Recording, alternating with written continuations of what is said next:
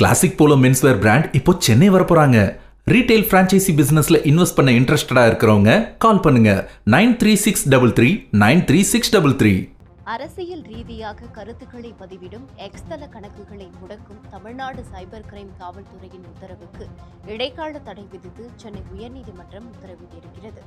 தமிழ்நாடு அரசை விமர்சித்து கருத்துக்களை பதிவிட்டதாக கூறி 18 எக்ஸ் தள கணக்குகளை முடக்க சைபர் கிரைம் உத்தரவிட்டது.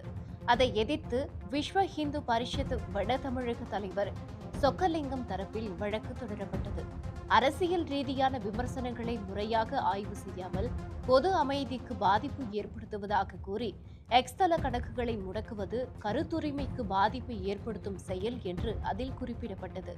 வன்முறையை தூண்டும் விதமாகவோ பொது அமைதிக்கு பாதிப்பு ஏற்படும் வகையிலோ இல்லாத விமர்சனங்களை பதிவிட்ட எக்ஸ் கணக்குகளும் முடக்கப்படுவது சட்டவிரோதமானது என்று மனுவில் குறிப்பிடப்பட்டது.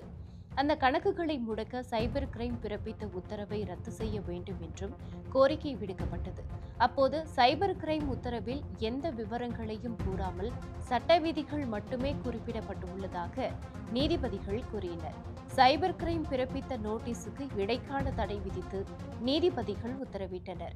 இதுகுறித்து தமிழ்நாடு அரசும் காவல்துறையும் ஜூன் 8ஆம் தேதி பதிலளிக்க வேண்டும் என நீதிபதிகள் உத்தரவிட்டனர்.